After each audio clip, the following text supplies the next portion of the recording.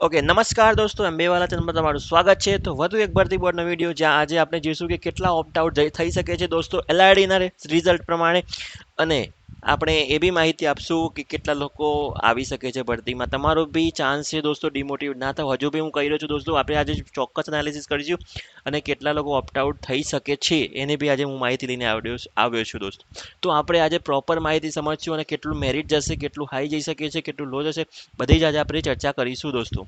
તો ચાલો દોસ્તો ઝડપથી આપણે ચર્ચા કરીએ. મેં એક એનાલિસિસ લગાવ્યું છે, એના પહેલાં આપણે એ જોઈ લઈએ કે જે રિઝલ્ટ આવ્યું છે એના વિશે કે કેટલા ઉમેદવારોને એ લોકોએ બોલાવ્યા છે. તો તમે જોઈ શકો છો જનરલમાં સૌથી વધુ 10,000 લોકો છે કે જેમને એ લોકો આમાં કેવું દોસ્તો કે જ્યાં સંખ્યા વધારે હોય ને ત્યાં ચાન્સીસ એ હોય છે કે મેરિટ ઊંચું જઈ શકે છે.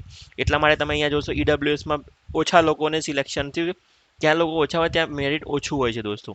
તો ચાલો આપણે આજે એ જ એનાલિસિસ કરીશું કે કેટલા લોકો ઓપ્ટ આઉટ થશે અને કેટલા લોકો આવશે. એ પહેલાં તમે અમારી ચેનલ સબસ્ક્રાઈબ ના કરી હોય તો એ બી કરી દો દોસ્તો, અને લાઇક શેર બી કરતા ભૂલતા નહીં દોસ્તો. ચલો હવે મેલનું એક્સપેક્ટેડ મેલ લગાવ્યું છે અને ફિમેલનું બી લગાવ્યું છે. અહીંયા એ લખ્યું છે કે દોસ્તો કે કેટલું મેરિટ અટકેલું છે અને એના સાથે સાથે એક્સપેક્ટેડ કેટલું રહેશે. જો જનરલની આપણે વાત કરીએ દોસ્તો, તો જનરલમાં 120ની આસપાસ અટકેલું છે દોસ્તો, બરોબર છે. આ ડીવીનું કહું છું. એના સાથે હવે એક્સપેક્ટેડ એટલું છે કે દોસ્તો 125 128 થઈ શકે છે. આમાં આવા એવું રહેશે દોસ્તો કે 5 માર્ક 3 માર્ક ઉપર બી રહી શકે, 3 માર્ક નીચે બી રહી શકે દોસ્તો. ઈડબ્લ્યુએસની વાત કરું તો એક રેન્જ મેં બનાવી છે કે 10 માર્કની આસપાસ દરેકમાં રાખ્યું છે મેં. 101 થી 103નું આરામથી થઈ શકે છે ઈડબ્લ્યુએસમાં. ઓબીસી વાળાને થોડો ચાન્સીસ હાઈ રહેશે. અગર એમ તમારા માર્ક 115 થી 120માં થાય છે તો સારામાં સારો ચાન્સીસ ઓબીસી વાળાને બી છે દોસ્તો. આ એક પ્રોપર એનાલિસિસ મેં કર્યું છે, એના સાથે એક્સપેક્ટેડ મેરિટ લઈને આવ્યો છું. એસસીનું બી 100 ઉપર તમારા થઈ જાય છે, મતલબ તમે આરામથી આવી જશો. આ એક એનાલિસિસ છે. હવે એસસી એસટીમાં તો બધા ઓલમોસ્ટ સિલેક્ટેડ જ રહેશે દોસ્તો, આમાં કોઈ ઇશ્યુ નહીં આવી શકે.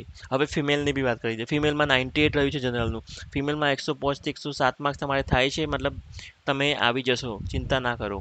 80.5 થાય છે ઈડબ્લ્યુએસનું, એમાં રહેશે આઈ થિંક 5 થી 8 માર્ક દરેકમાં એનાલિસિસ પ્રમાણે થઈ શકે છે. ફિમેલમાં થોડા ઓછા રહી શકે છે કે 2 થી 3 માર્ક બી વધી શકે છે. ધારો કે અહીંયા 80 છે તો આ લોકોને 3 માર્ક વધીને 83 84 બી મેરિટ રહી શકે છે દોસ્તો. પણ મેં એક એનાલિસિસ કર્યું છે કે 5 થી 8 માર્ક એવરેજ રહી શકે છે.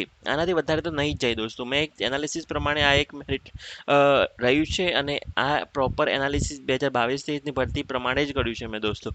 ઠીક છે, હવે આપણે એ જોઈશું કે ઓપ્ટ આઉટમાં કેટલા લોકો છે જે જઈ શકે છે, જે નવી નવી હમણાં જે ભરતીઓ થઈ છે, જેનું રિઝલ્ટ આવી ગયું છે, જે લોકો સિલેક્શન થઈ ગયા છે, તો એ લોકો અહીંયાથી ઓપ્ટ આઉટ થઈ શકે છે દોસ્તો. એક આપણે એક એનાલિસિસ કર્યું છે કે આટલા લોકો જઈ શકે અને એટલા જશે તો તમારો ચાન્સીસ થઈ શકે છે દોસ્તો, થોડું મેરિટ નીચે રહીને. તો દોસ્તો એ બી આપણે ચાલો ચેક કરી લઈએ કે કેટલા લોકો છે જે ઓપ્ટ આઉટમાં જઈ શકે છે. તો ડીવી માટે હવે તમને બી ખબર છે દોસ્તો કે સિલેક્શનમાં 5128 લોકોને સિલેક્ટ કરવાના છે. જનરલની વાત કરું છું દોસ્તો, જેમાં ડીવીમાં 10,333 લોકોને બોલાવ્યા છે. ઠીક છે. હવે હું એક વાત કરું, કોમન અત્યાર સુધી એક આંકડો આવે 1700 લોકો જે જનરલમાં કોમન છે દોસ્તો. તો આ એક ઓપ્ટ આઉટનો આંકડો છે. હવે આમાંથી ઘણા લોકો એમની વિચારશૈલી અલગ હોય છે. હવે આમાં કેટલા લોકો છે જો એક તો શિક્ષણની ભરતી સીસી 1 2 મતલબ એ અને બી, બરોબર છે. એના સાથે સાથે ઘણી એવી ભરતીઓ થઈ છે કે જેમાંથી આ લોકો ઓપ્ટ આઉટ થઈ શકે છે દોસ્તો. આમાંથી આંકડો કોમન આવી રહ્યો છે. પછી આ છે ઈડબ્લ્યુએસનો આંકડો કે જ્યાં 1393 સીટો ઉપર 2781 લોકોને બોલાવ્યા છે, જ્યાં 300 લોકો આસપાસ એવા આવી રહ્યા છે કે જે લોકો કોમન છે. ઓકે. પછી 2865 જે એ ઈડબ્લ્યુએસની વાત ઓબીસીની વાત કરી રહ્યા છે કે જ્યાં 5737 લોકોને ડીવી માટે બોલાવેલા છે, પણ એમાંથી 600 લોકો એવા છે કે જે લોકો ઓલરેડી કોમનમાં છે. ઓકે દોસ્તો. એના સાથે આપણે એ સમજશું કે 814 લોકો જે એસસીમાં છે એ લોકોમાંથી 1600 લોકોને બોલાવેલા છે ડીમાં, ને 200 લોકો કોમનમાં છે. એ રીતના એસટીમાં બી સેમ જ રહેશે. એસટીમાં જ એવું છે કે ભાઈ જગ્યાઓ બધી નહીં ભરાય, એટલું મારા ચાન્સીસ હું તમને એક એનાલિસિસ પ્રમાણે કહી રહ્યો છું. ઓકે દોસ્તો, હવે તમને ખ્યાલ આવી ગયો હશે કે તમારું મેરિટમાં નામ આવશે કે નહીં આવે. આપણે લાઈવ બી કરીશું દોસ્તો ઘણાને. તો કોમેન્ટમાં બી લખી દો કોઈ બી ડાઉટ હોય, તમને કેટલા માર્ક્સ થાય છે, તો હું પ્રમાણે એમનો તમારો રિપ્લાય બી આપીશ. અને લાઇક અને શેર અને સબસ્ક્રાઈબ કરી દો અમારી ચેનલને દોસ્તો. ધન્યવાદ દોસ્તો.